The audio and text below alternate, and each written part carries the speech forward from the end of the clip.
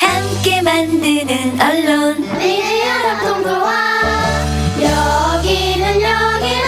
여기는 국민 TV 함께 만드는 언론 미래 연합동조화 여기는 국민 TV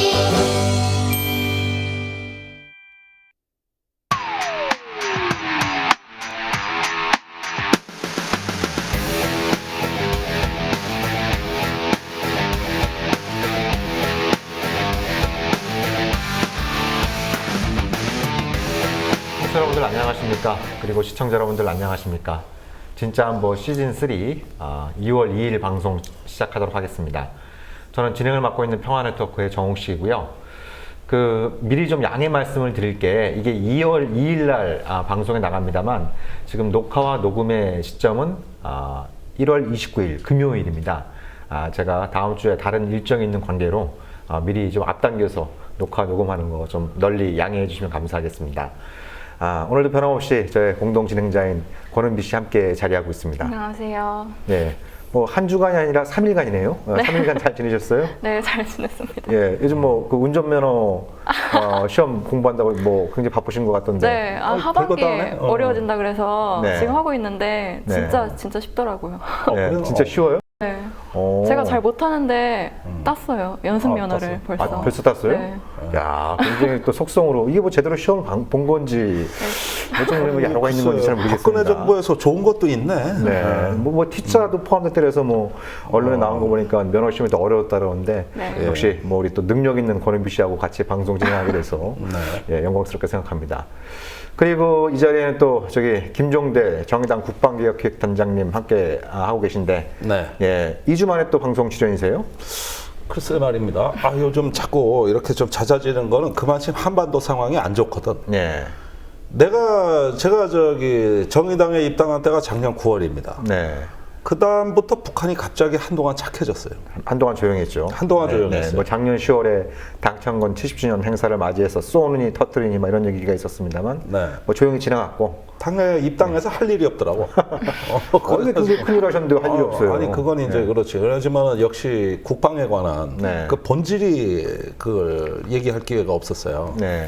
요즘 바빠졌어요. 네. 네. 또 북한에서 화끈한 거 하나 더 터뜨리는 바람에 또 많이 네. 바빠주셨고 그 덕분에 예. 뭐 한동안 좀 뭐 뵙기 힘들 것 같았던 김동대 단장님을 또 우리 방송에 또 자주 모실 수 있게 돼서 예. 불행 중 다행이다라고 생각하고 있습니다. 네, 예. 불행이 곧 다행이고, 다행이 곧 한반도의 불행이고, 네. 뭐 우리 노상 경론이라니까. 그러니까요. 네. 네. 그리고 권은비 씨는 저기 그 김종대 단장께서 예전에 운영했다가 말아먹은 디펜스 21 플러스 그래서 열정 페이를 쏟던 인터넷으로 기자였죠. 또 일을 하셨고 네. 그 인연으로 또 이제 진짜 방송 네. 같이 진행하게 됐는데 네. 두 분은 오랜만에 만나시는 건가요? 그때 이제 회사를 접고 정치권으로 간 이후로는 네. 거의 처음이지 않은가 싶어요. 네. 근데 뭐 저야 항상 이 미래 세대를 위해서 회사를 운영했다고 봐야 됩니다. 저 자신을 위해서가 아니고 젊은 친구들이 있으니까 사업을 때려칠 수가 없어. 네. 그러다가 이제 드디어 작년 말에 접었죠. 그래서 다 이제 그 젊은 분들은 다 젊은 분들의 잡 시큐리티 직업 안보는 다 보장해 주시고 그래. 뭐 다들 보니까 잘 풀린 것 같아요. 예, 뭐 그 디펜스 21 거의- 플러스 때보다 훨씬 더 좋아진 것 같아요. 물론 많이 책임은 졌죠. 네. 저 원래 책임감 강해요. 네, 네, 네, 네. 그리고 우리 권은비 씨는 저기 우리 김 단장님 오랜만에 만나본 네. 소감 좀 어떠세요? 올해 처음 뵙는 것 같은데. 올해 처음. 네. 그렇죠. 예, 여전히 멋있으시네요. 여전히 멋있다. 그러고 보니까 오늘따라 유난히 좀 깔쌈해지신 것 같아요. 네. 뭐 오늘 무슨 일 있었나요? 사진 찍었어요. 사진이요? 네. 무슨 사진을 찍으셨길래? 선거 사진. 선거 사진. 이제 선거가 다가오고 있다는 예. 것도. 쑥스럽네. 이제 뭐 2배, 3배로 바빠지시겠네요. 물론 그렇습니다만 뭐 잘 되면 네. 그렇지만 안 되면은 이제 방송이나 나와야죠. 이게 왜 무슨 말씀을. 뭐 잘 될 거라 저는 뭐 믿어 의심치 않고요. 근데 얼마 전에 보니까 또 그 정의당에서 그 정책기획단인가요? 예. 그리고 이제 경제평론가로 잘 알려진 정태인 선생님께서 이제 단장도 맡으시고. 그렇습니다. 뭐 저도 거기 이름을 올려놨습니다만. 네. 이런 어떤 정책기획 능력을 좀 강화해서 이번에 총선에 한번 좀 멋지게 한번 붙어보겠다. 이런 또 의지의 표현이다라고 해석할 수 있는 건가요? 역시 요즘 정치는 이제 영입의 계절이라고 생각합니다. 한국 사회 정치가 많이 이렇게 정체돼 있고 네. 그런 가운데서 어떤 국민들한테 새로운 에너지, 우리가 뭔가 성공의 긍정적 에너지를 체험할 수 있는 기회가 없었는데 네. 요즘은 이제 야권을 중심으로 해가지고 새로운 인물들이 많이 들어오시고 네. 그것이 이제 그동안에 침체된 야권에 활기를 불어넣어주고 있습니다. 네. 정의당의 그동안의 영입 케이스랑은 이제 불과 저를 포함해 한두 명이었는데 네. 이번에 총선이 임박한 상황에서 강한 대한정당을 만들려면 정책기획 능력을 수여를 받아야 되겠다. 네. 이래가지고 정말 정치를 하실 분은 아니지만 그러나 자기의 전문성을 기여하고 싶은 분들이 있거든요. 네, 뭐 굳이 이런 정의당 분들. 당원이거나 당직을 맡지 않더라도 그거는 뭐 그거와 불문에 관계없이, 붙이고. 예. 예. 그래서 그런 분들이 이제 정책기획단인데 이름하여 정의구현 정책단이에요. 정의구현. 그거 옛날에 어디서 많이 들어봤던 어디서 많이 말인데요. 들어봤죠. 네, 네, 예, 네. 사제들이 많이 진짜 하시죠. 정의구현. 예, 예. 진짜 정의구현. 예, 정의구현 사재단이 예, 예. 아니고 정의구현 정책단. 예. 예, 이렇게 이름이 됐더라고요. 네. 좀 잘 지었다고 봐요. 네네네. 예, 앞으로 뭐 멋진 활약, 뭐 저도 뭐 거기 이름을 걸고 있습니다만 네. 이름만 거는 것이 아니고 네, 뭐 몸도 좋은 걸어야죠. 정책을 네. 좋은 정책을 만드는데 좀 일조 네. 하도록 노력해 보도록 하겠습니다. 네, 좋죠. 예. 그 뭐 저기 권은비 씨 오늘 김종재 단장님 모시고 방송 준비하면서 네. 페이스북도 보고 최근에 언론 출연 것도 좀 보고 그러셨을 텐데 네. 궁금한 거 있으면 팍팍 물어보세요 이럴 때. 그 페이스북도 보고 이제 오마이뉴스랑 인터뷰 하신 것도 보니까 네. 이제 최근에 박근혜 대통령이 보인 되게 독단적인 정책들 예. 그 뭐 위험한 폭주라고 표현하셨는데 위험한 폭주다. 네, 그게 예. 어떤 건지 좀 자세히 설명 좀 해주세요. 글쎄 저는 이 현대 민주 사회에서 말이죠. 그 어떤 우왕좌왕하는 정부는 그 자체 존재 자체가 위험이라고 생각해요. 우리가 그 멕시코 대지진 때 멕시코 군사 정권이 그게 1980 아마 5년도 일일 겁니다.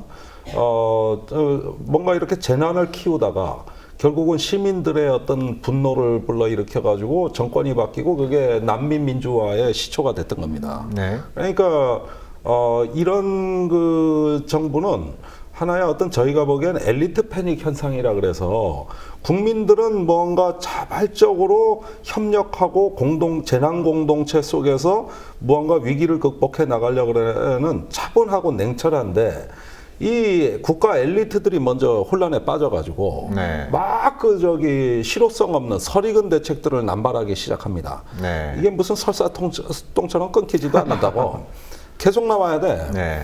그러니까 이게 병적 다변증 같은 어떤 증세를 보이기 시작하면서 일단 되도 안 되는 대책들을 마구마구 남발하기 시작하는 거죠. 그 마치 중병 걸리는 환자가 어떻게 하면 내 병을 낫기 위해서 치료를 제대로 할까를 고민하는 게 아니라 몸에 좋다는 건 다 먹어보는 거예요. 네. 병은 더 악화된다고. 네. 지금 북핵에 대한 이 정부의 대책을 보면은 그 제대로 된 정보 관리, 그 다음에 시스템의 어떤 가동으로 하나의 국가 종합적인 대책을 체계적으로 수립하는 게 아니고 막 대통령이 그냥 굉장히 대책을 즉흥적이고. 남발하면 네. 부처 장관들이 수습하기 바쁜 거예요. 네. 지금까지 대표적으로 보면은 확성기 방송 재개는 국방부와 통일부 의견을 개무시하고 한 겁니다. 네. 그렇죠. 국방부 통일부 신중론이었어요. 그런데 수소폭탄 실험한 지 하루 만에 대통령이 밀어붙인 겁니다. 그런 거 하면은 이제 그 오자 회담이 이제 가장 대표적인 건데. 그렇죠. 이건 외교부가 전혀 어떤 상의 없이 네. 대통령 독단으로 발표하니까 1월 22일 외교안보부처 업무보고에서 그 대통령이 오자 회담 얘기하는 순간 배석해 있던 외교부 국장급들이 네. 얼굴이 새파랗게 질렸다는 거 아니야. 그러니까 표현부터가 재밌습니다. 네. 대통령은 오자 회담이라는 표현을 썼고 회담이라는 표현을 썼고 나중에 이제 그 주무부처 장관인 윤병세 장관은 오자 협의라는 표현을 쓰기 시작했죠. 네. 예. 그러니까 그 전부터 사실 뭐 참여정부 때에도 그 북한이 육지하단을 복귀하지 않을 때 그럼 오작기 5나라끼리 모여서 뭐라도 좀 해야 되지 않겠느냐. 그 주된 목적은 회담장에 뛰쳐나간 북한을 어떻게 육자회담으로 다시 불러올 것이냐. 네. 그러니까 육자회담 재개를 위한 오자협의론 이런 것들은 사실 예전에도 있었고 외교부도 얼마 전에까지 뭐 미국하고 협의하는 과정에서 그런 얘기들이 나왔었거든요. 그렇죠. 근데 정작 대통령은 그런 보고를 갖다가 제대로 이해를 못했는지 육자회담 그거 해봐야 뭐하냐. 지금까지 해봤는데 아무 소용 없지 않느냐. 그러니까 이제 북한 빼놓고 이제 5자회담으로 가자. 그렇지. 이렇게 얘기를 해보니까 이제 이 외교부 사람들이 이제 굉장히 당황을 하고 나중에 그 뒷수습하는 하고. 네. 예, 굉장히 좀 이제 일대 홍역을 치르고 있는 이런 상황이. 아니 그래서 대통령이 사고 치면 장관들이 수습하기 바빠요. 네. 지금 이게 그 확성기 방송 5자 회담 다 마찬가지입니다. 근데 지금도 확성기 방송 계속 하고 있나요? 아, 지금 하고 있어요. 네. 네. 그거 언제 끌지 그것도 참 스위치 언제 내릴지 그것도 골치 아프겠네요. 대통령 입만 쳐다봐야 돼요. 네. 사실은 이 문제의 시작부터가 그랬어요. 대통령께서 1월 6일 날 북한이 핵실험했으면은 어떤 NSC 회의가 열려서 물론 네. 7일 날 열렸는데 네. 부처의 장관들이 서로 이 판단을 한번 맞춰보고 종합해보고. 정책을 조율해보고 이래서 대통령한테 건의를 하는 겁니다. 이게 정상적 외교안보 시스템이에요. 네. 근데 지금은 회의할 틈도 없이 청와대가 먼저 먼저 결정을 지나가고. 해요. 그러면 그 회의는 요식행위입니다. 네. 그 다음에는 이제 대통령 말을 주워 담기 바쁘죠. 그렇게 되니까 이번 핵실험 때 대통령이 이제 그 1월 13일 특별담화에서 동북아 안보 지형이 변하고 있다. 그러니까요. 북한 핵 문제의 근본 성격이 변하고 있다. 그러니까 일종의 이렇게 북한의 4차 핵실험을 게임 체인저라고 얘기를 하는 거죠. 게임 체인저라고 동북아의 얘기하는 안보정이 것이죠. 바뀌고 북핵 문제의 성격이 바뀌었다라는 건 이제 게임 체인저라는 얘기인데 근데 그 이후로 지금 뭐 열흘이 넘도록 그게 왜 게임 체인저인지 그거에 대한 아무런 설명이 없어요. 오히려 거꾸로 된 설명은 있었죠. 거꾸로 된 설명. 저기 국방부는 뭡니까? 이거 수소폭탄 실험 아니다. 그다음에 증폭 핵분열탄 실험이라도 실패한 거다. 네, 그걸 보기에 너무 폭발 규모가 작다. 폭발 규모는 3차 핵실험 때보다도 작다. 그 3차보다 작은 건데 그게 왜 게임 체인저가 게임 되는 거예요? 체인저냐? 그러면 왜 근본 성격이 바뀐 네, 것인지 네. 이런 부분들이 그 정부 내에서 조율이 안 되는 겁니다. 그건 대통령이 먼저 떠들어 버린 거예요. 그렇게 되니까 요즘 북핵의 정확한 실상에 대해 가지고 정부 부처에서 합동으로 평가하는 자리가 없습니다. 네. 지금 대통령이 말한 것에 어떻게 그 근거 논리를 대고 수습을 할까가 중요해진 것이지 정말 북한에게 실상이 뭐냐. 네. 이런 건 우리 정부 내에서도 전문가들이 모여서 서로 판단을 그렇죠. 맞춰봐야 네. 될 거지만 한미 간에도 해봐야 됩니다, 네, 사실은. 네, 네. 그래서 정확한 실상을 얘기해야 되는데 그걸 얘기하는 사람이 이 정부에 없어요. 네. 고로 이 핵 국면에서 우리가 겪는 위기의 실체가 과연 무엇인가. 네. 이런 점에서 진단이 제대로 이루어지지 않는 가운데 네. 대통령이 그 흐름을 거의 독주해버리고 네. 제가 오마이하고 인터뷰에서 하나 깠습니다만은 뭘 같죠? 이게 정부 내에서만 조율이 안 되는 게 아니라 청와대 내에서도 안 된다. 청와대 내에서도. 예, 그래서 김관진 안보실장이 작년 연말에 네. 사의를 표명했다. 그리고 보니까 지금 굉장히 중요한 대통령께서 엄청난 지금 안보 환경의 변화가 있다라고 얘기를 하는데 그 안보 사령탑이라고 할 수 있는 김관진 청와대 안보실장이 전혀 안 보이고 있어요. 안 보여요. 그분 지금 요즘 뭐 하시나요? 글쎄 모르겠어요. 그런데 김관진 안보실장이 작년 연말에 사의를 표명하면서 묘한 말을 한 것이 네. 제가 이제 기자단들을 통해서 확인을 했습니다. 그런데 힘들어서 못 해먹겠다. 아, 힘들다. 힘들다. 그러니까 힘들다라고 할 때는 여러 가지 이유가 있잖아요. 여러 가지 이유가 있죠. 굉장히 그 국가 안보의 일이 많다 보니까 그 업무 처리에 힘이 든다는 의미일 수도 있고 그게 아니라 정반대로 내가 국가 안보의 이 사령탑인데 예, 대통령 다음에 이 사령탑인데 내가 이 자리에 왜 있는지 그걸 잘 몰라서 정신적으로 힘들다. 네. 그런데 군인은 육체적으로 힘들다는 거를 입 밖으로 못 냅니다. 네. 그 사람들은 훈련이 돼 있는 사람들이에요. 네, 네. 평생 군 생활했습니다. 네. 그런데 힘들다는 것은 의사소통의 문제를 지목한 겁니다. 아, 의사소통. 예, 네. 물론 김관진 실장은 그렇게 표현 안 했습니다만 제가 네. 볼 때 네. 이유가 그거밖에 없다는 거예요. 네. 지금 청와대 의사소통 체계를 보면은 사실 굉장히 묘한 것이 이병기 비서실장조차도 네. 거의 실언에 가까운 발언을 한 적이 있습니다. 네. 나도 청와대에서 왕따다. 이런 얘기 한 적이 있어요. 네. 아니 안보실장은 소통이 안 돼서 힘들다 그러고 비서실장은 자기는 청와대에서 왕따라고 그러고 네. 그럼 도대체 누가 해먹는 거예요? 그림자 권력이죠. 그림자 권력. 그림자 권력이 있는 것이죠. 이거는 지금까지 외교안보뿐만 아니라 국정 전반을 농단했던 눈에 보이지 않는 그림자 세력이 있는 겁니다. 그리고 그 문고리 어른거리는 문고리 십상시 여러 가지 용어로 통용도 네, 됐습니다만은 그 문고리와 그 주변의 실세들이죠. 네. 그건 그때 조금 실세 그룹은 바뀌었어요. 지금은 네. 민정수석이란 말도 있습니다. 네. 그런데 그 외교 안보에 관한 어떤 그 사항이라고 하면은 왜 김관진 실장이나 공조직이 그렇게 어떤 자기 역할을 못 하는가? 네. 그건 정치에 너무 많이 이용당하고 있기 때문입니다. 그러니까 그게 오염되고 핵심인 것 있기 같아요. 때문에. 그러니까 다른 세력이 주도하는 겁니다. 전에 김장수 안보실장이나 남재준 국정원장이 물러난 이유도 그거였어요. 네. 재작년 일이죠. 그 다른 세력과 의견 일치가 안 됐던 것이죠. 네. 대체적으로 북한 무인기가 출현했을 때, 그렇죠. 또 북한 4차 핵실험에 대한 의견이 달랐을 때, 이럴 때 비전문가들 뭐 그 당시에 다른 어떤 실세 그룹들에 의해 가지고 배제되기 시작한 것이고, 네. 그 다음에 김관진 실장이 들어갔는데 역시 마찬가지 현상이 일어나고 있는 것이죠. 네. 그러니까 대통령의 게임 체인저라는 뉘앙스로 얘기했을 때 그런 어떤 뭐 안보 문제에 있어서의 어떤 커다란 변화라기보다는 전국 전환용. 예, 그러니까 뭐 작년 말에 이 굴욕적인 위안부 협상 뭐 타결인지 뭔지 잘 뭐 그냥 공동 발표문 하나 가지고 뭐 이게 한일 간에 이게 합인지 아닌지 또 민간에서 이게 조약인지 아닌지 이런 거 굉장히 옥신각신 말이 많이 있습니다만 그걸 계기로 해서 박근혜 대통령에 대한 지지도도 굉장히 떨어지고 있고 도대체 이 정부가 누구를 위한 정부인지 이거에 대한 어떤 비판론이 굉장히 강해진 상황에서 북한이 4차 핵실험을 강행한 거고 그거에 대해서 어떤 외교안보 라인보다는 뭔가 그림자 권력 이 문고리에 어른거리는 이 그림자 세력들이 이건 정무적, 정치적으로 볼 때 굉장히 지금 현재 어떤 그 불리한 전국을 바꿀 수 있는 그런 어떤 전국 전환용으로 이용하려고 하는 그런 정치적인 마인드가 강하다 보니까 이런 어처구니 없는 일들이 계속되는 것이 아닌가. 그런 한번 생각이 듭니다. 보자고요. 구체적으로 이게 이제 국제정치학에서 그 뭐라고 얘기하냐면 위기관리 분야의 그 지도자가 일관성이나 소신이 없이 막 흔들리다가 설익은 대책을 남발하는 걸 부르는 용어가 있어요. 네. 그걸 이제 uncommit thinking. 그러니까 소신 없는 사고, 이도저도 아닌 소신 없는 사고라고 하는 겁니다. 이명박 대통령 때 2012년에 한일 군사협정을 체결하려고 그랬습니다. 이건 외교안보 수석이 주도한 거예요. 그 말 듣고 아 그래? 그거 해야 돼? 그러니까 이거 동맹 정책에 굉장히 중요한 겁니다. 일본하고 풀어야 됩니다. 그럼 해봐. 이랬는데 이게 중간에 잘못돼가지고 여론의 역풍을 맞았어요. 그 했다가는 손해가 막심하게 생긴 겁니다. 그렇죠. 그러니까 이번에 정무수석이 개입해가지고 외교안보 수석을 배제하고 저기 대통령한테 지금 여론이 만만치 않습니다. 일본하고 한판 떠야 됩니다.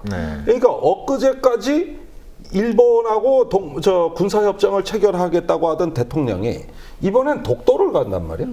그런데 거기 가가지고 천황이 뭐 일본이 왕이 사과해야 되고 뭘 어째야 되고 해가지고 대한민국 대통령이 듣지도 보지도 못한 일본에 대한 초강경 발언이 나와요. 그랬었죠. 그러면 앞뒤가 안 맞는 겁니다. 이게 누가 그때 가서 찔렀느냐에 따라서 대통령의 행보가 정반대로 나타나고 급변하는 거거든요.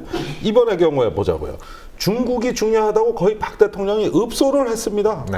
중국이 대북 제재에 키를 쥐고 있다. 이러면서 거의 중국에 올인을 하는 발언을 했습니다. 어려울 때 도와주는 게 진정한 파트너다. 막 이런 진정한 파트너다. 아주 눈물겹게. 그러면서 굉장히 중국을 그렇게 애지중지 의존하는 듯한 태도를 보이는데 그러면 사드 얘기는 하지 말아야 될 거 아니에요. 사드가 뭐예요? 중국 싸대기 때리는 무기.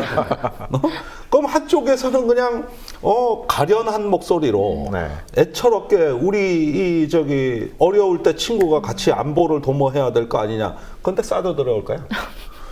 이게 어떻게 된 말이에요? 사실 외교가 말을 할 땐 군사적 조치는 유보해야 되는 거거든요. 군사적 조치란 건 뭡니까? 외교가 실패했을 때 그 다음에 나가는 다음에 더 어떤 그 강압적인 수단인 거라고요. 외교가 앞에 나와 있을 땐 군사가 말을 할 필요가 없는 겁니다. 그런데 이번에 어떤 양상이냐면 이게 동시에 쏟아져 나옵니다. 이 두 개의 정책이 외교 정책하고 군사 정책이 서로를 잠식해 들어가기 시작하는 거예요. 그러니까 결국은 뭡니까? 실컷 보약 먹고 그날 밤에 포금해가지고 애써서 비싸게 먹은 보약 다 그냥 개원해버리는 이런 식으로 건강관리를 해서 되겠어요? 그때 외교적인 게 중요한 결정적인 시점이었다면 사드 얘기는 나중에 하면 안 됩니까? 사실 그거 나중에 해도 개소리인 건 알지만 우리가 그때만이라도 유보할 수 있는 거 아니에요? 그런데 어땠습니까? 13일 날 특별담화할 때 중국이 그렇게 중요한 친구라고 해놓고 말미에 사드 검토할 수 있다. 이러면은 내가 중국이라면 사람 놀리는구나. 이거 뒤통수 치는 거구나 말이야.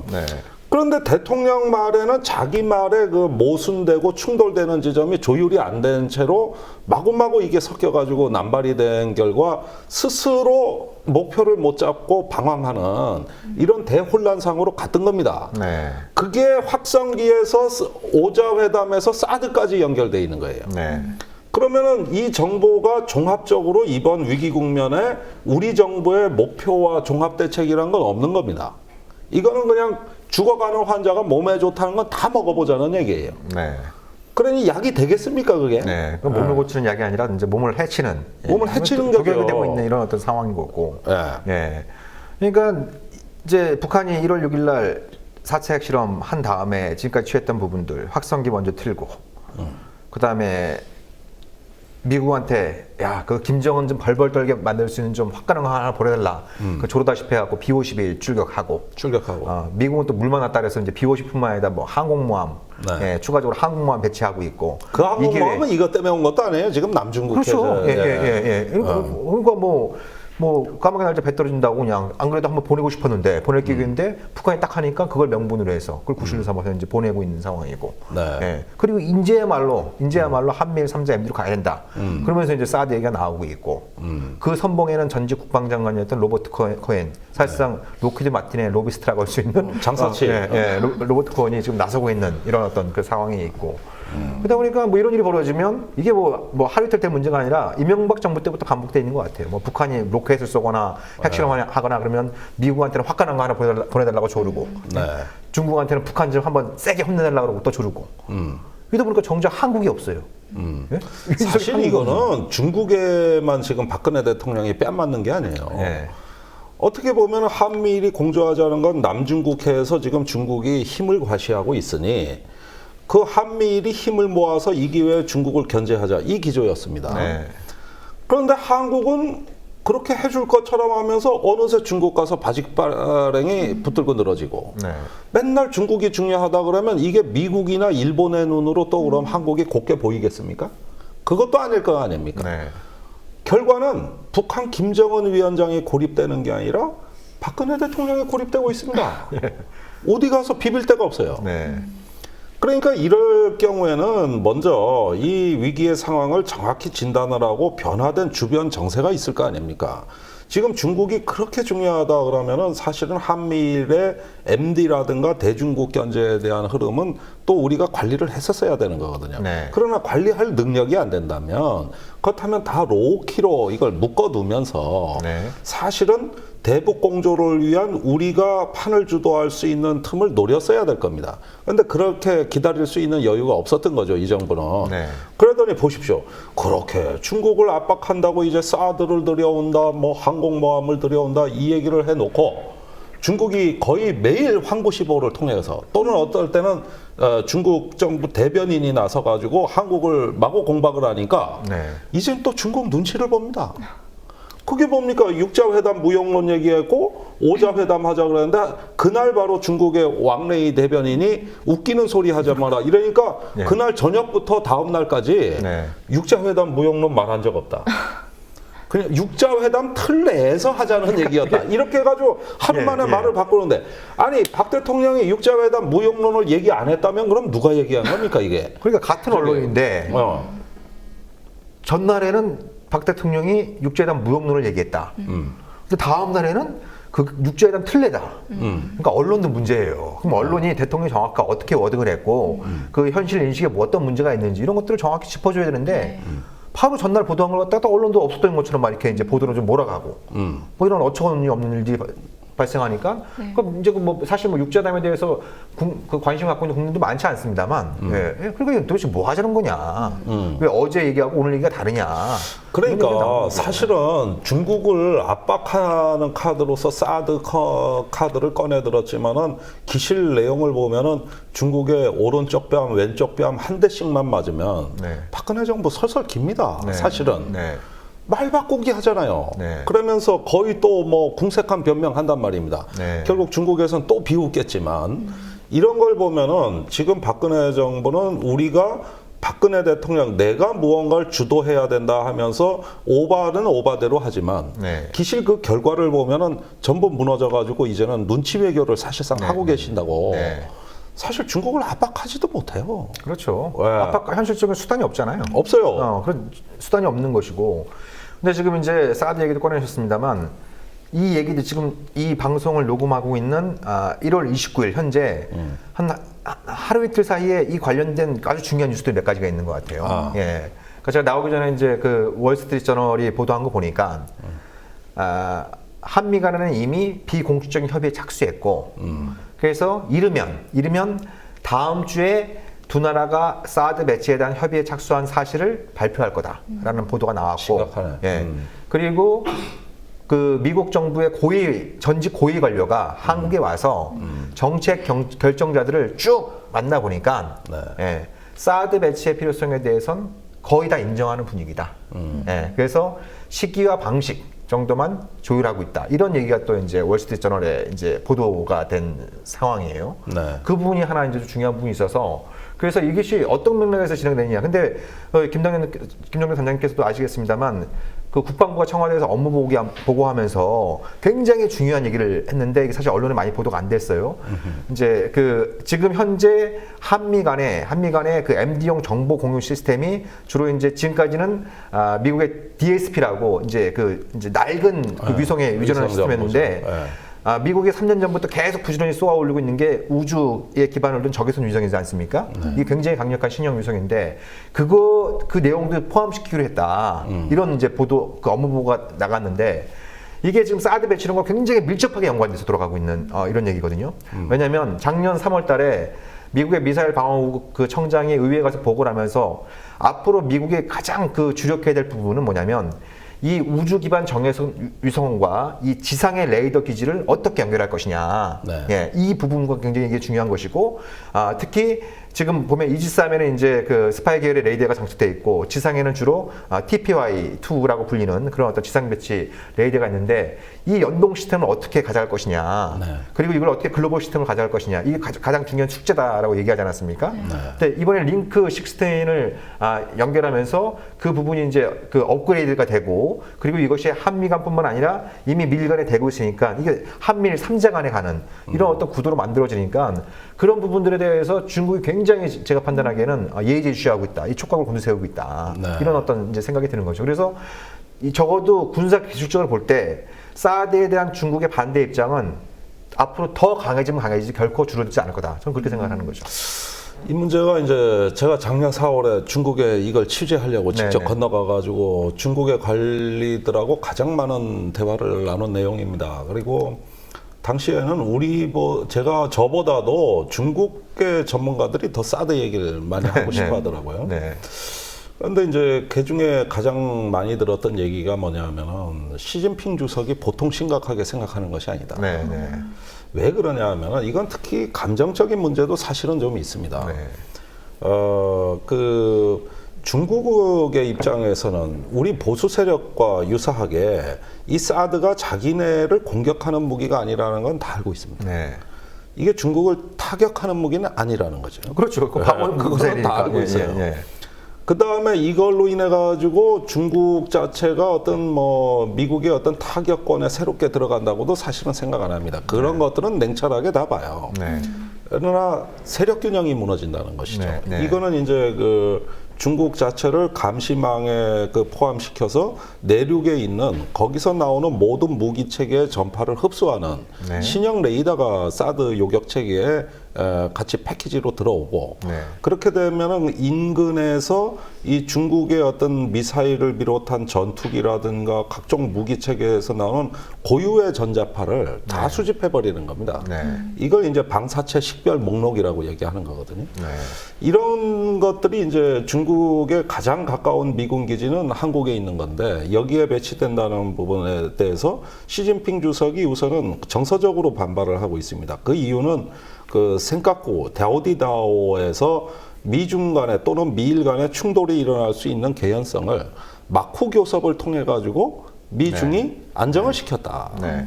그리고 지금 거기 조용합니다, 의외로. 네, 저기 동중국해 그 다우디다우 얘기하는 사람 별로 없잖아요. 네. 이렇게 좀 안정이 되면서 동아시아에서 미국과의 협력을 통한 세력 균형 정책을 사실은 중국이 취해왔는데 난데없는 사드 배치 논란은 미국이 뒤통수를 친 거라고 보는 것이죠. 네. 그래서 이런 거 하나를 보더라도 미국은 어떤 중국에 대해서 굉장히 어떤 그 강압적인 군사 정책을 구사할 수 있는 준비를 착착 갖추고 있다는 거예요. 네. 그러다 보면 중국 사람들이 보는 거는 사드 하나만 보는 게 아닙니다. 그 전체 전략적인 그림에서 보는 이런 걸 거죠. 통한 미국의 의도가 뭐냐를 보는 네. 건데 네. 그거는 이제 해양에서 요코스카의 모항을 갖고 있는 미 7함대 전력의 네. F-35 그 스텔스 전투기가 네. 함재기로 들어오는 날. 네. 그게 이제 저기 F-35 B형입니다. 그렇죠. 이게 미 해군용으로 네. 7함대에 배치가 되는 날. 이때가 결정적인 네. 시점이 될 것이고. 네. 또 한 가지는 이제 어떤 그 미국의 구축함들이 동아시아 국가를 자유롭게 출입하는 그 네. 동남아 기지들이 다 완성이 돼서 네. 하나 이것이 중국 포위 전략으로 완성도가 높아졌을 때 네. 이때는 상당히 중국은 자기네 핵심 이익이 침해당한다. 이게 제가 봤을 때 매일 그 쪽에 네. 군사 전문가들이 나와서 하는 네. 네. 말의 핵심 요지였어요. 네. 그러니까 사드 하나 자체는 그렇게 중요한 게 아닙니다. 네. 이런 것들이 무엇을 향해서 가는 하나의 전략적인 포석이냐. 네. 그 하나의 어떤 큰 그림이 뭐냐 해서 중국은 길게 보고 좀 넓게 보는 경향이 있거든요. 네. 그런데 한국의 사드라는 거는 바로 이제 목에 걸린 것이처럼 중국을 콕콕 자극하면서 거기에 국한되지 않고 이 동아시아 정세 자체를 어떤 중국과의 현재 안정돼 있는 세력 균형을 깨는데 기본 목적이 있다. 네. 이렇게 판단을 하는 건데 그 중에서 이 사드 얘기를 듣는 순간 저기 그 시진핑 주석은 극렬하게 네. 아주 분노했다는 거거든요. 네. 네. 그러니까 이거는 뭐냐면 이 자체 문제를 이미 초월한 겁니다. 이거는 이제 군사 무기가 아니라 정치 무기가 됐어요. 그래서 이번에 황구 15에서도 사드 배치 얘기가 나오니까 한국에다가 뭐라 그랬냐면 대가를 치르게 될 것이다. 네. 저는 이런 표현 처음 들어보거든요. 네. 이렇게 요즘 중국이 한국에 막말 쏟아내는 걸 또 본 적이 있는가? 그러니까 뭐 개인 필명으로 쓸 때는 그런 표현이 이제 거친 네. 표현이 과거에 나왔습니다만 이번엔 사설에서 그건 사실 뭐 중국 정부의 그 입장을 관영 매체를 통해서 이제 간접적으로 전달했다라고 우리가 이제 이해할 수 있는 것이고 상당히 사실 우리 입장에서 불쾌할 수 있는 거죠. 굉장히 불쾌한 반응들이 실제로 많이 나오고 있고 그런 부분들이 있는데 근데 정말 그 이제 뭐 박근혜 대통령은 우리가 어려운 처지니까 우리 좀 도와달라 이런 어떤 취지로 얘기를 하고 있습니다만 중국의 생각은 야 우리가 그 네 말만 따라 정말 북한에 대해서 강력한 제재를 가해서 정말 한반도 상황이 불안해지면 가장 더 어려워진 쪽이 누구겠냐 우리겠냐 한국이겠냐 과거에 뭐 DJ 정부나 노무현 정부 때는 미국에서 그런 강력한 대북 제재 얘기가 나왔을 때 중국이 좀 난처한 입장이었을 때 한국의 그 중간에서 중재 역할도 하고 네. 조정 역할도 하고 제재의 목적은 그 자체가 아니라 대화를 위한 거다라는 이 명확한 한중간의 이 공조 체계가 있었기 때문에 그래서 예, 여태까지 그렇죠. 북한을 관리할 수 그렇죠. 있었던 거예요. 예. 저렇게 북한이 자꾸 핵실험하고 해 나가는 중에도 우리가 중국이라는 북한을 관리할 수 있는 하나의 우방을 확보하고 있다는 건 대한민국의 큰 자산이었습니다. 그럼요. 예. 지금까지. 지금 그 자산 하나가 없어지고 있는 거예요. 예. 이제는 우리가 직접 관리하든지 미국이 해야 되는데 미국은 북한에 무관심합니다. 사실은 그럴 때 중국이라는 그 완충 기제는 우리 대한민국 외교에 있어서 대북 정책에 있어 큰 자산이었던 겁니다. 네. 이 이상 자산이 또 있을까요? 저는 없다고 봐요. 네. 그런데 그 지금 귀한 자산이 어떻게 되고 있냐 하면은 적대적으로 왜곡돼 갖고 있는 겁니다, 지금. 앞으로 중국 지렛대를 이러면 어떻게 활용할 겁니까? 네. 그러면 남북 관계 끊어져. 우리가 북한 관리 못하고 중국도 못하고 이러면은 남는 건 그땐 군사적 조치밖에 없는 거예요. 네. 이땐 사드건 뭐건 항공모함이건 막 갖다 놔야 돼요. 그런데 지금 아주 흥미로운 현상은 뭐냐면은 이렇게 고립돼 가고 미국의 무관심 속에서 자존감의 상처를 입은 이 나라의 보수 세력들이 네. 이제는 미국도 압박해야 된다고 말을 하기 시작했다는 네, 겁니다. 네, 그러니까 사드는 중국을 압박하기 위한 수단이고 미국은 뭘 갖고 압박하느냐? 뭘 것 같아요? 한국이 미국을 압박하는 수단. 그 중국하고 친해지는 걸로 압박하기엔 틀렸잖아. 중국이 멀어졌으니까. 핵무장 하자는 겁니다. 핵무장. 어제 조선일보 사설 보셨습니까? 그러니까 존 케리 미국 예고된 국무장관하고 왕이 중국 외교장관하고 이제 대북 제재를 놓고 그러니까 기자회견에서 대놓고 서로 막 딴 얘기 한 거잖아요. 예, 동상이몽이고 완전 동문서답 한 거잖아요. 동문서답. 예, 중국은 계속 이 북핵 문제를 해결하려면 이 북한이 갖고 있는 합리적 안보 우려를 해소해야 된다 이 얘기를 하고 있는데 케리는 엉뚱하게 북한이 핵 포기하면 경제 지원해주겠다. 예, 이거 사실 둘 사이의 거리 대상이 안 된다라고 하는 것은 뭐 케리가 모를 리가 없는데, 예, 그러니까 뭐 이제 중국 얘기하는 그러니까 명분 쌓기용 회담을 한 거야. 각자 자기 국내 정치에서 이렇게 그 중국의 책임을 내가 가서 제기했다. 예, 공화당의 저 공세를 막아내려면은 미국 국내 정치상 거기에 필요한 어떤 요식적인 회담을 한 명분 쌓기를 한 것이죠. 실익은 없다는 건 다 알죠. 거기에 분기한 조선일보가 다음날 사설에 그냥 이제 대안은 한국 핵무장밖에 없다. 핵무장밖에 없다. 자, 사드 배치와 핵무장이 동시에 추진되면 우리나라가 어떻게 될까? 한쪽에는 이제 중국에서 뺨 맞고 또 다른 쪽에 미국은 이러면 동맹 끊어버릴 거라고 안 그러겠습니까? 그런데 저기 위험한 한국, 핵무장하는 한국에 사드를 왜 갖다 놓겠어 또? 그러니까 그렇게 동맹 예측론자들이 동시에 한다는 게 이게 말이 안 되는 거예요. 이게. 그러니까 한미 동맹이든 미일 동맹이든 미국이 맺고 있는 전 세계 모든 동맹 전략에 기본이 있습니다. 기본 대전제가 있어요. 그건 뭐냐면 미국의 해구산을 신뢰한다. 예? 그걸 신뢰한다. 그래서 뭐 그 이전에 그러니까 NPT 출범하기 이전에 핵무장을 한 나라들 제외하고 실질적으로 미국의 동맹국들 가운데 핵무기를 그 이후에 만든 나라는 없는 거거든요. 그럼 이제 미국의 일종의 이제 안보와 핵개발, 안보 보장과 독자적인 핵무장을 교환하는 이런 게 이제 동맹의 기초인데 니들이 제공하는 핵우산 우리 못 믿겠다. 못 믿겠다. 못 믿으니까 우리 핵무장 하겠다. 이게 동맹 깨자는 얘기하고 무슨 차이가 있는 건가요? 아니 그래서 오늘 녹색당이 플랜카드 다 내걸었던데. 녹색당이요? 새누리당과 조선노동당은 여권연대 중지해라. 똑같이 핵가스 그러냐. 이거 여권연대다 이거. 그런데 뭐 그런 비아냥도 무리가 아니죠. 왜냐하면 미국의 입장에서 보면 그렇게 되면 남북한 두 개의 정권은 똑같이 위험해지는 겁니다. 사실은 그런 점에서 미국은 항상 두 개의 한국 정책을 펴왔던 나라고 북한도 위험하지만 남한도 억제해왔던 두 개의 관리 대상을 냉전 한국전쟁 이후로 계속 유지해왔던 나라인데 이제 드디어 한국의 핵무장론이 무시할 수 없는 수준으로 구체화되는 날에는 어떻게 되느냐. 이제는 미국이 그동안 한국에 지원했던 모든 안보 지원을 재검토할 겁니다. 사실 박정희 정권 이래 미국이 우리나라에 군사 원조를 해주고 그나마 자주국방을 원조해주면서 그 각종 무기 체계를 대준 이유는 그 근저에 한국의 핵무장을 그렇죠. 안 하게 하기 위한 일종의 달래기 성격이 있었던 것이죠. 그래서 박정희 때 나이키 허큘리스 미사일이 들어왔고 그게 오늘날 북한을 타격하는 미사일로 진화되어 있는 겁니다. 그러면은 이런 상황에서 미국의 핵우산을 불신하면서 우리가 이제 옛날에 프랑스식으로 그렇게 어떤 독자적인 노선으로 가겠다고 그러면은 이제 동아시아에서 미국이 보기에는 한국의 액이 더 이상 자기네들의 어떤 호락호락한 동맹이 아니고 언제든 그 독자 노선을 걸을 수 있는 또 어쩌면 중국화될지도 모르는 이런 어떤 그 경계해야 될 국가가 되는 것이죠. 그런데 사드를 왜 갖다 놔? 그러니까요. 이 전략 무기를. 그러니까 이것 사드도 받고 핵무장도 하겠다. 이런 자기중심적인 이런 어떤 그 많이 오버하는 이런 생각이 어디서 나오는 거냐. 도대체 왜 그러는 것이냐. 국제정치의 현실을 보는 것이냐. 이런 건 뭐냐 하면은 제가 보기에는 뭔가 그 국가주의가 거의 나르시즘 수준의 어떤 하나의 선동적 민족주의, 선동적 국가주의 이데올로기를 신봉하는 그 사고방식에서만 나오는 겁니다, 이게.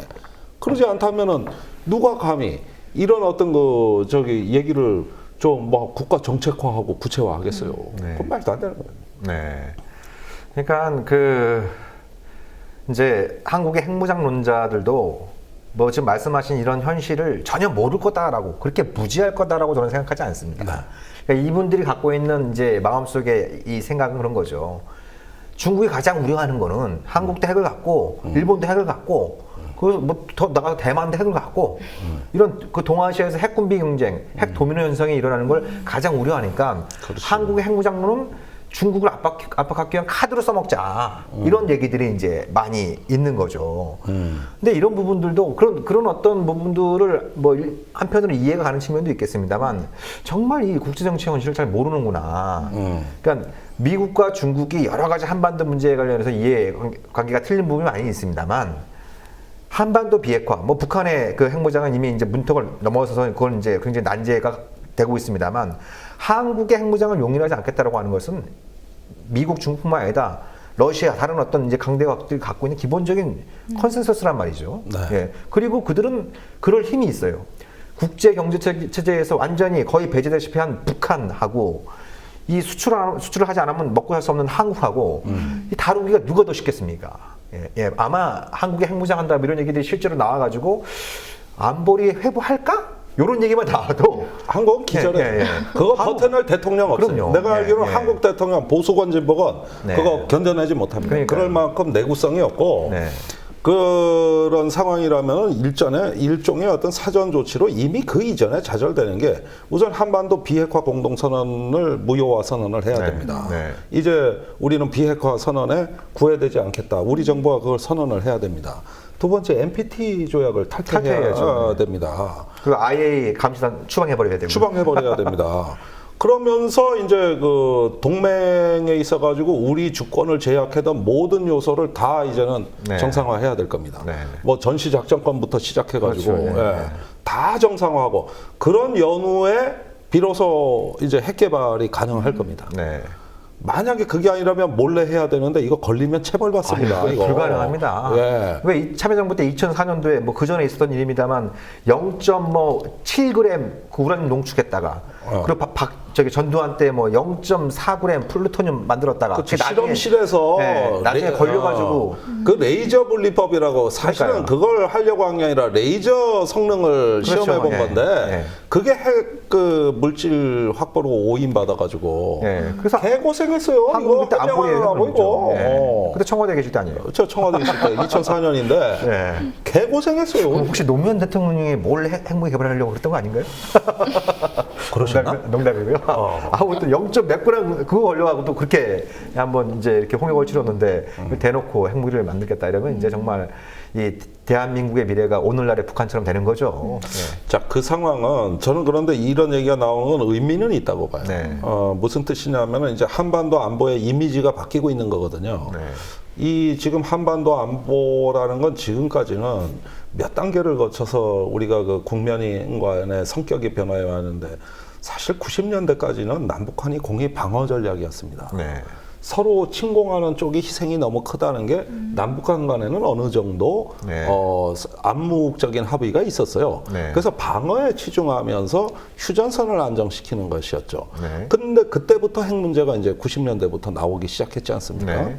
그러다 보니까 여기에서 이제 핵이라는 전략적인 어떤 그 의제가 생기고 그 사이에 남북한의 재래식 군사력이 방어 전략에서 공격 위주의 전략으로 지금은 끊임없이 변화해 왔던 겁니다. 그러더니 오늘날에 이르러서는 이제는 공격이 주가 된 주공 전략이 더 중심이 되고 나머지 방어는 보조적인 전략으로 이렇게 패러다임이 남북한이 바뀌어 있어요. 거기에다가 이제 북한이 핵보유 국가로 가고 남측의 핵무장론이 나온다는 겁니다. 그렇다면 이렇게 변화된 20여 년 동안 진화된 변화된 안보 환경이라는 건 뭘 얘기하냐면은 이제는 공자와 방자의 구분이 무의미해지는 공멸이냐 공존이냐를 묻는 극단적 상황으로 가고 있다는 얘기입니다. 그러니까 이제는 남북한이 이런 어떤 그 전략적 무기에 의존하는 안보 체제, 공격을 선호하는 어떤 그 안보 체제가 됐을 때는 이거는 공존 아니면 공멸입니다. 그렇죠. 이런 한반도 같은 전쟁에서 이기는 게 무슨 의미가 있습니까? 다 파괴되는데 이겨도 지는 전쟁입니다. 이게 달라진 거예요. 그렇다면 이제 우리가 봐야 될 거는 공존이냐 공멸이냐를 고민할 수밖에 없는 이런 어떤 그 극단적 안보 상황, 네. 이것도 뭐 공포의 균형인지 뭔지 모르겠습니다만은 그와 유사한 상황이 되는 것이죠. 네. 그러니까 정말 이 공포의 균형이 유식한 말로 전략적 안정이지 않습니까? 네. 예. 내가 너를 치면 나도 죽는. 그래서 너도 나도 모두가 죽는 어리석은 이 게임을 하지 않을 거라고 하는 것이 이른바 공포의 균형론, 전략적 안정론의 기초를 이루는 건데. 여긴 불안정해. 여기는 예, 공포의 변수가 불안정. 너무 많아. 예. 공포의 과거의 균형. 공포의 균형은 미국과 소련이라는 두 패권 국가 그렇죠. 간에 네. 매우 정밀하고 계량화되고 엄정하게 검증될 수 있는 어떤 그 정교한 이론 체계를 기반으로 해서 네. 양극화된 패권 사이에 그렇죠. 그 공포의 균형이 성립이 됐던 것이지만 네. 남북한 간에는 어떠냐 하면은 정보의 투명성이 거의 지금 네. 적의 능력을 검증할 길이 전혀 없고 네. 군비 축소 회담도 없고 네. 그러는 가운데 주변국이라든가 외부적 변수가 너무 많아서 우리는 패권국이 아니기 때문에 네. 외부에서 영향을 받을 수 있는 변수가 너무나 많은 거예요. 일본, 대만, 미중을 빼놓고도 얼마든지 있습니다. 러시아도 있고. 또는 내부의 국내 정치적인 요인으로 해서 약간만 불안정해져도 멀리 떨어져 있는 게 아니라 인접해 붙어 있기 때문에 네. 상대방한테 미치는 그렇죠. 영향이 네. 매우 직접적이고 네. 즉각적입니다. 네. 그렇다면 이 우발적인 상황을 통제할 수 있는 관리 기제도 매우 불안전합니다. 네. 이렇게 불안정한 상황에서 서구에서 한 냉전 시대 장기간 평화를 유지하게 했던 그 이론적이고 개념적인 토대라고 할 수 있는 상호 확증 파괴 또는 네. 공포의 균형을 들이댄다는 것은 네. 맞지가 않는다. 그렇죠. 한반도의 현실과 너무나도 동떨어진 이건 맞지가 않는다.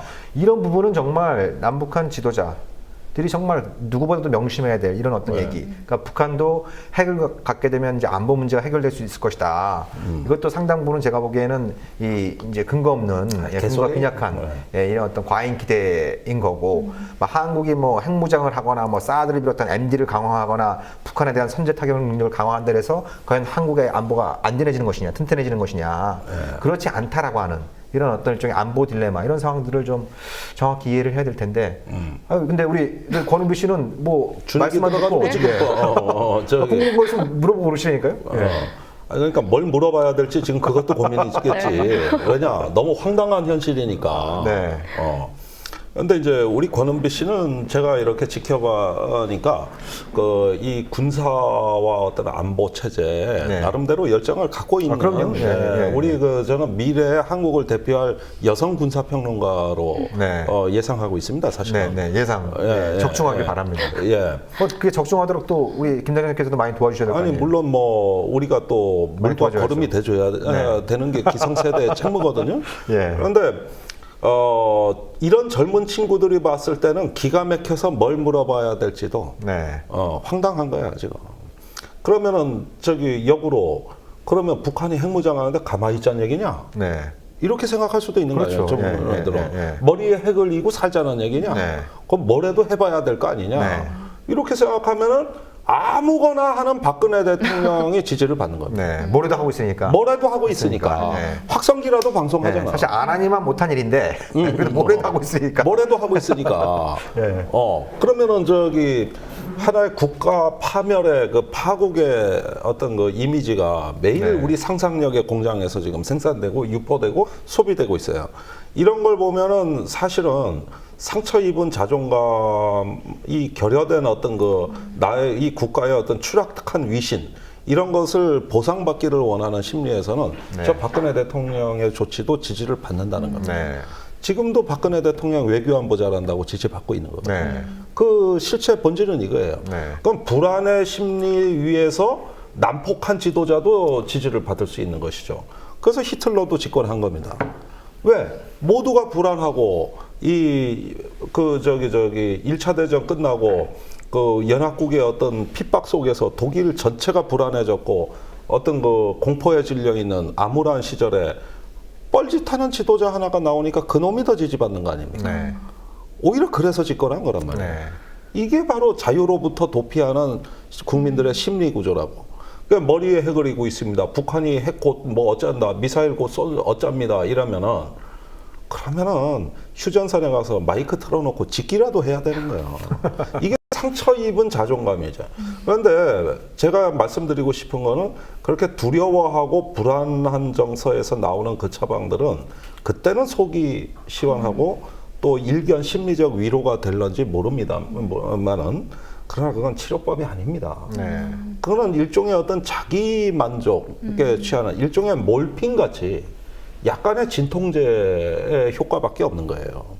그래서 우리도 국가에 그렇게 뭐 위신을 세웠다는 정도로 위로를 받고자 한다면 북한의 핵 문제는 어느 날 갑자기 해결될 문제가 아니라 앞으로 오래 갈 문제인데 이런 심리 속에서 어떻게 장기적 안목의 국가 전략이 나올 것이며 제대로 된 치료법이 나올 겁니까? 네. 그러니까 이런 얘기를 하는 우리가 국민 지지를 못 받는 것이죠. 네. 왜? 당장 위로를 해줄 수가 없기 때문에. 그러나 우리는 이제 시민 정신이란 건 뭡니까? 이 장기적인 안목에서 우리 다음 세대를 생각하는 안목으로 국가의 미래를 100년 대계를 짜야 되는 것이고, 비록 그런 점에서 당장의 해결책은 없어도 올바른 방향과 일관된 목표를 갖고 있는 사람, 그런 불굴의 지도자가 정치를 해야 되는 것이죠. 네.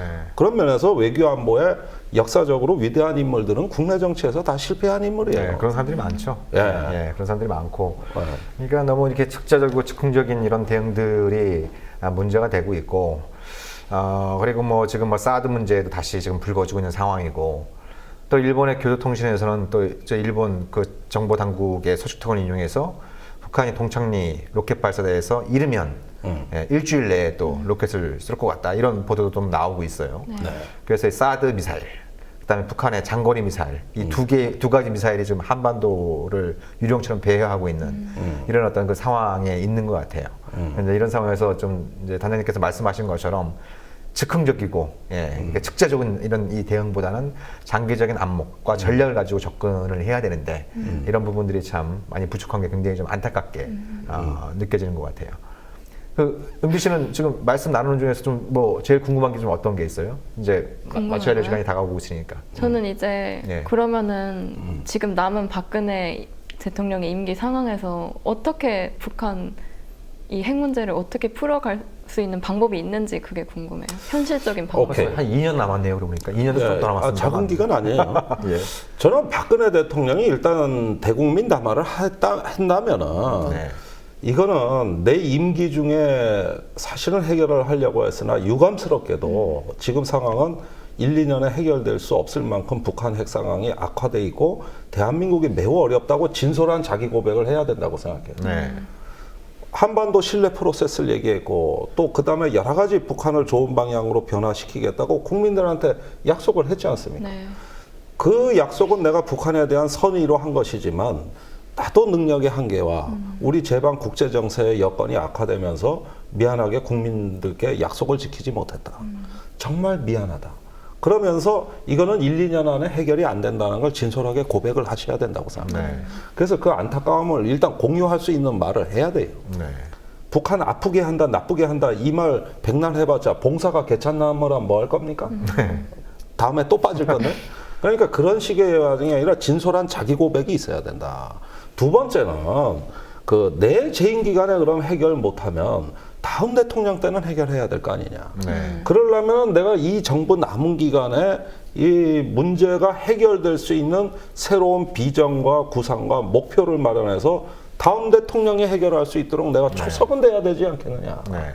진짜 내 정치적 욕심 떠나가지고 내가 아니라 다음 지도자를 위해서 이제는 네. 일할 수 있는 걸로 나도 마음을 가다듬겠다. 그래서 지금까지 보니 네. 외교적 수단, 군사적 수단, 경제적 수단, 또 뭐 정보에 의한 수단, 이런 어떤 국가의 역량들, 좋은 인재들을 이 국가의 전략 두뇌들을 우리가 한 군데 마서 네. 전략 두뇌 집단으로 하여금 최고의 정책을 개발할 수 있도록 내가 책임지고 배려하겠다. 네. 거기에 의해서 누구나 공감할 수 있는 대북 정책으로 네. 갈 수 있도록 국가의 최고 인재를 모으겠다. 네. 우리 대한민국 그렇게 약한 나라 아니다. 네. 이대로 안 쓰러진다. 연설문 써주시면 좋을 것 이렇게 같은데. 해서 국민들에게 자신과 능력, 우리의 어떤 국가의 미래에 대해 가지고 희망을 일깨워주는 그런 용어를 두레박으로 우물에서 퍼올리듯이 네. 해가지고 국민들께 그걸 시원한 물을 대접하고 네. 이것으로서 나의 반듯한 국가 지도자로서의 자세를 갖고 이 북핵 문제 정말 목숨 걸고 우리가 사활을 걸고 대처하겠습니다. 네.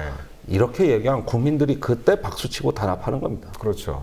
그런데 지금 그런 말은 내가 들어본 적이 없고 네. 어떻게 해야 북한을 아프게 하고 요게 제일 아픕니다. 그래 탈북자 업무 보고에 불러가지고 일어서가지고 저 확성기 방송 듣고 기순했습니다. 그러니까 내 말이 맞죠? 맞죠? 네, 그래서 내가 방송하라 그런 거예요. 이 수준 갖고 안 된다. 이 수준 갖고 안 된다. 네. 이게 대통령이 노는 수준이라면은 뭐 솔직히 난들 대통령 그렇게 못하겠습니까? 놀면서 해도 그 정도. 뭐 대권 도전 의사를 밝히시는 거예요? 못할 건 또 뭐 있어. 그러니까 네. 청와대 아시는 분들 계시니까 그쪽에 좀 연설 그런 좀 보내주세요. 진정성과 그 메시지를 가지고 적어도 4대 강국에 특사를 보내야죠. 네. 아니 저기 미국, 중국, 러시아, 일본에는 특사를 보내서 우리 나름대로 한반도가 이 핵 문제의 당사자라는 걸 우선 확인하고 네. 우리가 이 안보의 주인이고 당사자다. 그래서 어떤 우리의 계획을 설명하고 해서 이 한반도 주변 정세를 우리가 좀 주도해 보려고 하는 노력을 기울여야 되는데 중국이 한마디 하면 거기 가서 눈치 보고 여기에서 눈치 보고 그러다가 이번에는 중국 눈치 보느라고 한미일 3국 합참의장 회의에 불참한 거 아닙니까 우리가. 네. 그건 또 왜 안 가? 나 웃겨. 그거 또 MD로 오인받고 이럴까 봐. 네. 그래가지고 이번엔 미국에서 그거 하기로 했는데 이 핑계 저 핑계 대고 또 안 갔다고. 그거 안 간다고 한 날이 중국의 황구시보가 네. 한국을 정면으로 비판한 네. 날이에요. 네. 그건 계획된 회의도 또 취소래. 그러니까 언제는 사드 뭐 미사일 방어 이거 갖고 엄청 나가더니 이번에 또 안 한다 그랬다가 이런 건 뭐냐 하면은 지금 박 대통령께서 주변국을 향해서 네. 우리 얘기를 할 준비가 안 돼 있는 거예요. 네. 우리가 지금 이렇게 정세를 주도하겠다고 하는 의지와 자신감이 없으니까 네. 주변국 다 눈치 보고 있는 겁니다 지금. 네. 아무 말도 못하고 말이에요. 그래 한땐 자기가 무슨 백설공주인 것처럼 했잖아.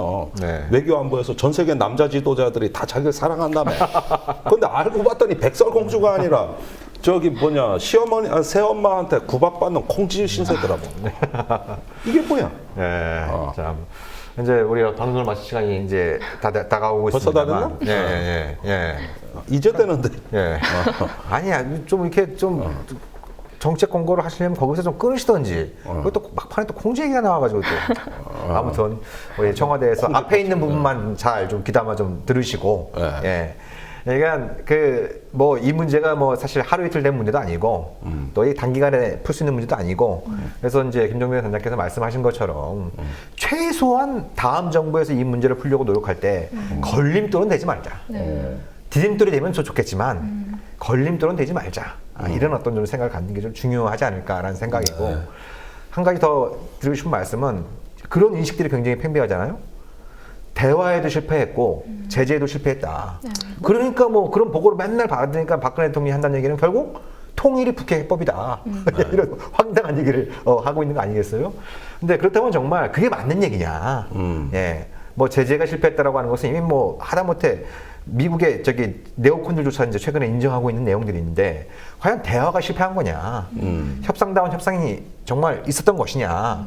이런 부분들에 대해서 좀 더 귀를 기울이면서 얘기를 나눌 필요가 있는 것이고 그게 답답하고 때로는 이게 자존심 상해 보일 수도 있겠습니다만 결국 대화와 협상을 통해 문제를 푸는 게 유일한 해법이고 그게 잘 안 될 때 북한이 지나치거나 대화에 나가려 안 할 때 제재라고 하는 것이 그럼 북한을 좀 대화의 타입을 이끌어내서 진정성 있는 협상에 임하도록 하는 그런 수단으로서의 의미로 가끔 동원돼야 되는 것이지 제재 자체가 목적이 되는 이런 어떤 정책 자체가 이 북핵 상황을 악화시켰다라고 하는 부분들에 좀 정확히 인식하는 게 중요한 것 같아요. 네. 예. 그리고 진보도 좀 이제 통찰해야 될 부분이 있습니다. 우리는 지금까지 한반도 비핵화를 하나의 기본 규범, 가치로서 인식하고 해왔는데 이제 핵을 가진 북한과는 어떻게 대화할 것이냐. 이건 사실 우리의 고민이에요. 이제 핵을 가진 북한과 과연 공존할 수가 있느냐, 과거에 했던 대화대로 되느냐, 또 앞으로 한다면 무엇이 문제인가. 그런데 저는 한반도 전쟁 억제에 관한 대화가 시작돼야 된다고 봅니다. 이제 핵을 가진 시대는 핵을 가진 적이 우리의 진짜 적이 아니라 전쟁 가능성 그 자체가 적입니다. 네. 이건 공멸 아니면 공존이거든요. 네. 그런 점에서 이 한반도의 어떤 전쟁을 예방하고 억제하면서 평화를 유지할 수 있는 이런 공감대를 만들기 위해서라도 더 위험하고 공포스러운 북한이지만 대화해야 된다. 네. 그리고 전쟁 자체에 대해서 결연히 반대하는 이거라도 일단 내와야 된다. 네. 그러면서 핵에 대해서 끊임없이 우리도 비판하고 네. 규탄하면서 그런 부분들이 자칫 한반도 평화를 해치는데 악용될 수 있는 소지에 대해서는 네. 이제는 진보도 목소리가 나와야 된다고 저는. 그럼요. 예. 예, 그런 부분들에 대해서 뭐 미약 하나마 꾸준히 이제 제기가 되었던 부분이고 아무튼 뭐 이번에 그 북한의 4차 핵실험을 계기로 해서 사실 뭐 그전에도 그런 어떤 고민들과 얘기들 많이 있었습니다만 핵을 가진 북한을 어떻게 상대할 것인가. 이 질문 자체가 갈수록 지금 눈덩이처럼 커지고 있는데 네. 예, 과연 지금 대한민국의 정치와 그 정치 리더십이 이런 엄청난 이 중대한 질문에 대해서 제대로 된 답을 내놓을 수 있느냐 이런 부분들이 참 중요하게 느껴지는 그런 시기가 아닌가 하는 생각이 듭니다. 앞으로도 우리 김종대 단장님께서 그런 답을 찾아가는 과정에서도 많은 역할 부탁드리도록 하겠습니다. 아이고 그렇게 하겠습니다. 네, 그럼 오늘 진짜 한번 방송 김종대 단장님 모시고 말씀 나눠봤는데 오늘 뭐 귀중한 시간 내주셔서 감사드리고요. 네. 예, 다음에 또 모실 수 있는 기회 찾도록 하겠습니다. 예. 감사합니다. 고맙습니다. 국민TV, 국민라디오 그리고 뉴스케이를 응원하시는 분들 미디어 협동조합 조합원 가입으로 힘을 실어주십시오. 그리고 기존 조합원 분들은 월조합비 납부 신청을 해주시면 감사하겠습니다. 조합원 가입과 월조합비 납부 신청 문의는 홈페이지 국민.tv 또는 서울전화 3144-7737로 연락 주시면 됩니다.